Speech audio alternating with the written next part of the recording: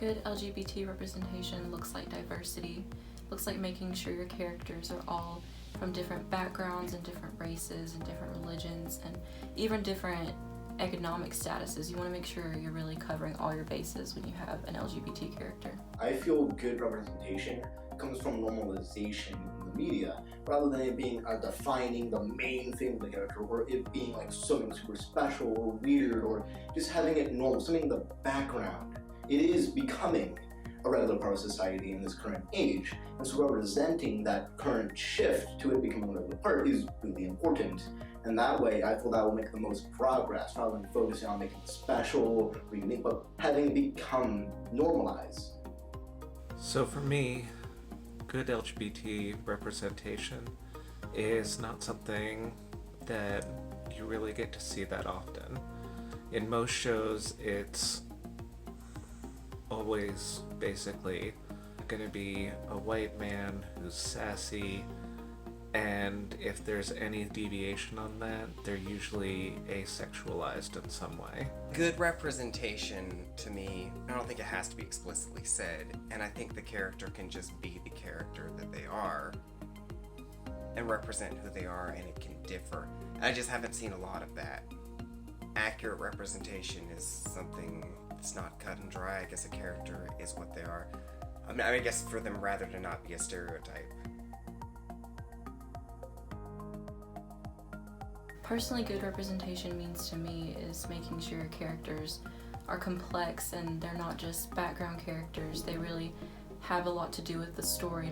Even though I'm not a big part of the community, I still want others to have that kind of freedom to be who they are and really feel okay with themselves, rather than have it be pushed as a bad thing, a good thing, just a regular thing. We've talked a little bit now about the mainstream representations. There are some lesser known representations that have really meant things to me, but even those representations tended to miss the mark in some fundamental way. Before I came out, there was a movie from the 80s that I absolutely adored. I don't even remember the name of it. It's been so long since I've seen it. But I realize now that it was a very problematic film. The story was about a guy who went through being beaten in order to become in a relationship with the guy who abused him. And over again, they use this idea of like physical violence equating to intimate relationships. It was really bad, but at the time, that was one of the only things that I could readily find to represent any kind of gay culture that wasn't, hey, I'm gay, I'm a queen. I don't know what representation I'd like to see other than just, like, I guess different types. And I don't know how it would be represented. It would be cool to see more of it. I haven't seen a lot of it. But maybe I just haven't have watched the right things. My favorite is Albus Dumbledore from the Harry Potter series, because while it is like it isn't part of him, he is not straight. It is a part of his character, but it isn't a big main part of his character. You think of him for his great acts throughout the book, for his great power and great caring, and not just because of that. It's not something super special or weird. It is just a part of who he is.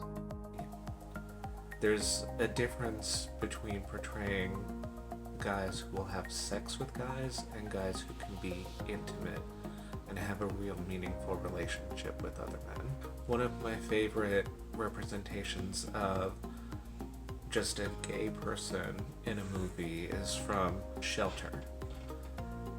And I remember the first time that I saw it, there was this really nice feeling that I had when one of the characters said to another one that the relationship didn't have to mean anything, but if they wanted it to, it could. And I just thought that was so novel, seeing somebody take a relationship serious really meant something to me.